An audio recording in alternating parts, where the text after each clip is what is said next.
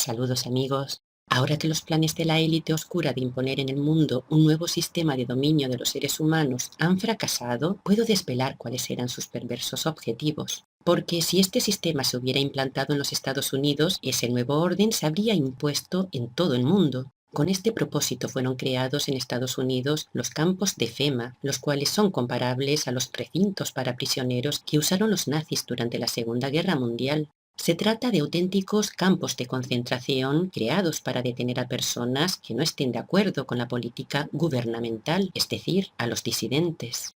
Por todo el país se han detectado unas 800 gigantescas porciones de campo rodeadas de dobles vallas alambradas y torres de vigilancia, las cuales poseen sofisticadas instalaciones en su interior y extraordinarias medidas de seguridad. Dan la impresión de que a quienes pensaban recluir en ellas les iba a resultar sumamente difícil la fuga, porque son lugares extremadamente vigilados, con personal fuertemente armado y con los medios tecnológicos más avanzados. Estas instalaciones se hallan completamente equipadas, bien comunicadas entre sí y dispuestas para su inmediata puesta en marcha. Se calcula que cada uno de estos recintos tiene la capacidad para albergar un mínimo de 20.000 personas, pero en Alaska hay un centro que tiene la capacidad de contener a 2 millones. Llama mucho la atención cómo en algunos lugares se observan amontonadas decenas de miles de cajas de color negro, las cuales parecen enormes ataúdes. Se fabrican en Georgia, el mismo lugar en donde se erige el monumento que menciona la muerte de la mayor parte de la población humana en aras del dominio mundial de la élite oscura. Pero lo más estremecedor no es lo que vemos, sino lo que no vemos, como son las grandes dependencias subterráneas que se encuentran por todo el territorio norteamericano. Muchas de ellas tienen el mismo propósito que las de la superficie. La diferencia es que las bases subterráneas se hallan reservadas para encarcelar a aquellos poderosos y famosos que luego serían sustituidos por clones, eso sí, tras ser eliminados. Por este motivo, hay bases subterráneas destinadas en exclusiva al trabajo de clonación humana. Ahora vamos a ver por qué FEMA tiene tanto poder. El motivo es que se trata de la Agencia Federal para el Manejo de Emergencias, una filial del Departamento de Seguridad Nacional de los Estados Unidos, la cual fue creada a finales de los 70 con el objetivo de actuar urgentemente ante cualquier desastre. Pero ahora sabemos que esos desastres en realidad son eventos que ellos mismos provocan. FEMA se convirtió en una de las instituciones más poderosas de los Estados Unidos y posiblemente de todo el mundo, porque llegado el caso, tiene la potestad de asumir más poder que el propio presidente de los Estados Unidos o que el mismo Congreso. Por ejemplo, puede tomar el control del país en caso de justificarse una epidemia mundial, lo que significa que un problema viral a gran escala podría ser fácilmente utilizado para justificar el uso de la ley marcial en los Estados Unidos. En esta situación, FEMA tiene el poder de suspender de un plumazo la Constitución y las leyes, y el poder de arrestar sin orden judicial a los que consideren sospechosos, pudiendo también embargar cualquiera de sus bienes. Dispone de su propia lista roja de gente a detener, con el objetivo de acabar con la resistencia, decidiendo quién debe vivir y quién debe morir. En el año 2016 surgieron rumores de que el gobierno de Obama planeaba imponer la ley marcial, pero aunque lo intentó, fracasó en el intento. Curiosamente, FEMA eliminó una docena de informes que evaluaban cómo respondió la agencia bajo la presidencia de Obama a varios desastres provocados ocurridos entre 2012 y 2016. Los informes eliminados incluían evaluaciones de la respuesta de FEMA a estos sucesos y la conclusión es que no hizo absolutamente nada de lo que se esperaba que hiciera en estas circunstancias. Los 12 informes fueron anulados por la Oficina del Inspector General del Departamento de Seguridad Nacional porque textualmente señala que FEMA puede no haber respondido de forma adecuada a los objetivos. La realidad es que estos sucesos provocados en forma de terremotos, tsunamis, tornados o ciclones fueron utilizados de forma perversa, como fue el caso del terremoto de Haití, en donde miles de niños fueron secuestrados, quedando desprotegidos a partir de entonces en manos de estos criminales.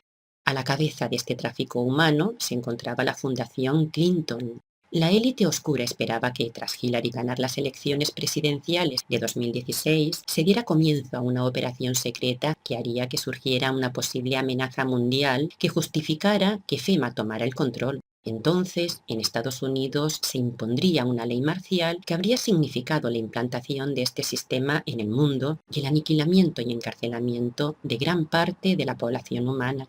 Pero afortunadamente el plan volvió a fracasar, porque como todos sabemos, esas elecciones fueron ganadas por Donald Trump. De haber triunfado este plan, habrían establecido su imperio en todo el mundo, un imperio dirigido no desde la superficie, sino desde una de las enormes ciudades subterráneas que discurren a lo largo de todo el país, donde se encuentra la base secreta militar de los reptilianos o cuartel de mando.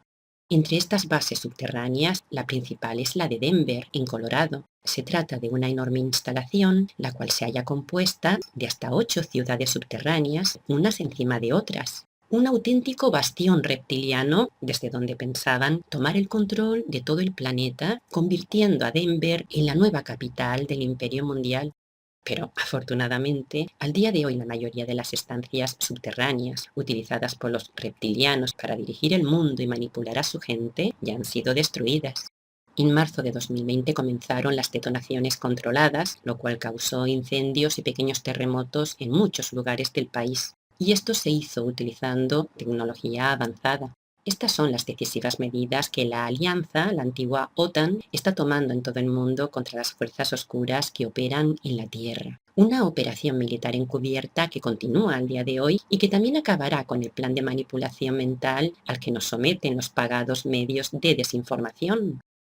La característica básica de la ideología totalitaria es que pretende someter a todo un pueblo al dominio de una única ideología que invada todos los aspectos de la vida social individual de las personas. Esto quedó muy patente tanto en el nazismo como en el comunismo, con el uso de una amplia maquinaria represiva dirigida a silenciar toda forma de disidencia. Durante la Segunda Guerra Mundial, la ideología nacionalsocialista se impartía a las masas a través del lenguaje, y una de las principales estrategias de adoctrinamiento consistía en utilizar palabras aisladas y expresiones que se repetían millones de veces para que la gente las considerara propias y las adoptara de manera mecánica e inconsciente. Fue así como la lengua del Tercer Reich pasó a convertirse en el lenguaje del pueblo.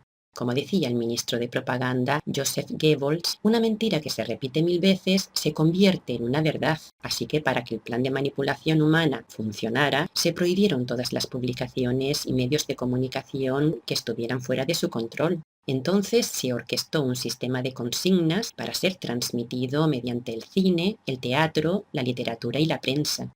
Como uno de los principales objetivos de la élite oscura consiste en apoderarse de los niños, con estas consignas se esforzaron en romper los lazos afectivos que les unen a sus familias.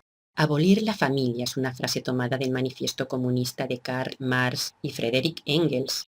Engels vaticinó lo siguiente: pronto vendrá la hora en la cual los corazones de las mujeres se batirán por el ideal contemporáneo tan ardientemente como luchan hoy por la fe piadosa de nuestros padres. Este es el inicio del feminismo.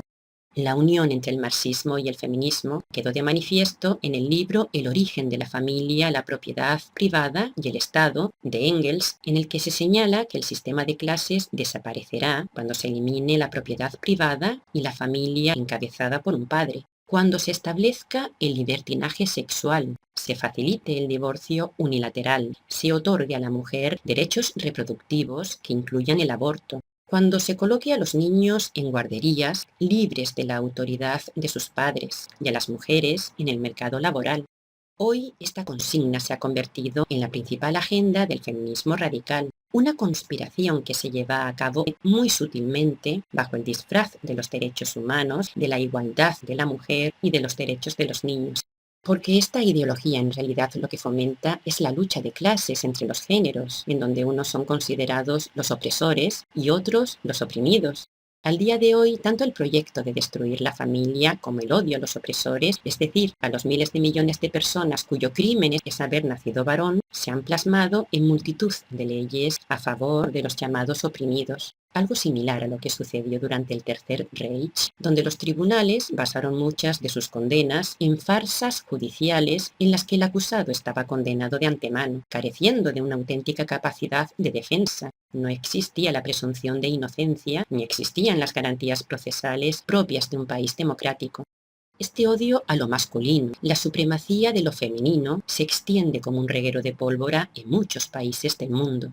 Y esto se hace desde el mismo sistema educativo en donde se pretende, con el método de Goebbels, de repetir constantemente la misma mentira, que aceptemos como normales cosas que no lo son. Porque como ya he señalado, el verdadero objetivo de esta ideología son los niños, por lo que pretenden romper los lazos de amor familiares entre generaciones para que sea el Estado quien se encargue de educarlos y de formarlos. ¡Qué peligro!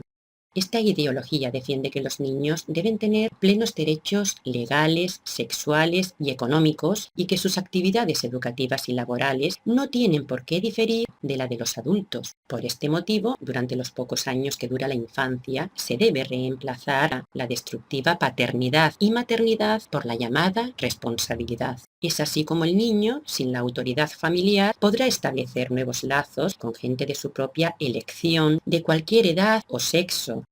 Según defendió en su momento la feminista Shulamit Firestone, las relaciones con niños incluirían tanto sexo genital como el niño sea capaz de recibir, probablemente más de lo que ahora creemos. Y el tabú de las relaciones adultos-niños desaparecerá. El tabú del incesto también habrá perdido su función.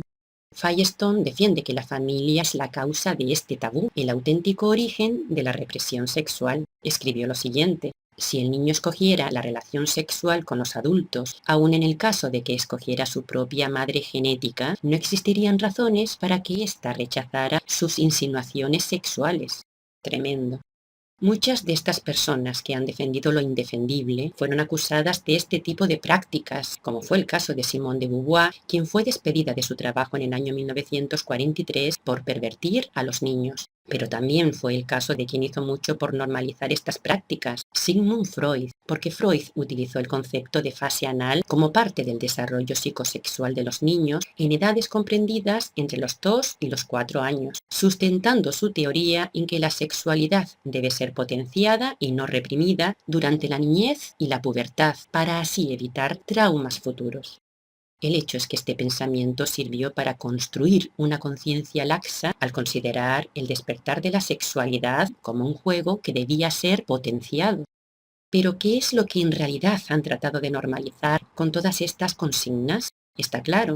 Los numerosos casos de abusos perpetrados tanto por los sacerdotes como por los miembros de la élite oscura que ya han salido a la luz son tan solo la punta del iceberg de lo que realmente está pasando y ha pasado en todo el mundo. Esta es la ideología totalitaria que pretendían imponernos, la ideología que pervierte y separa, siguiendo el lema de divide y vencerás. Pero para nuestra suerte y sobre todo para la suerte de los niños, todos aquellos que han tenido que ver de una manera u otra con esta trama secreta están siendo arrestados, juzgados y condenados, porque han estado implicados en delitos que son considerados muy graves.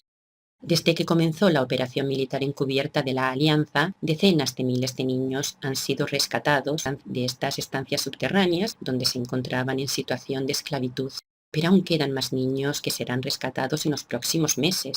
Este es uno de los principales motivos, aparte de los que ya comenté al principio de los campos FEMA, por lo que es necesario que Donald Trump gane las próximas elecciones. ¿Sabéis por qué el comunismo fracasó en Rusia? Porque fue incapaz de destruir la familia. Sin duda alguna, el amor es la fuerza más poderosa que existe en el universo. Hasta pronto, amigos.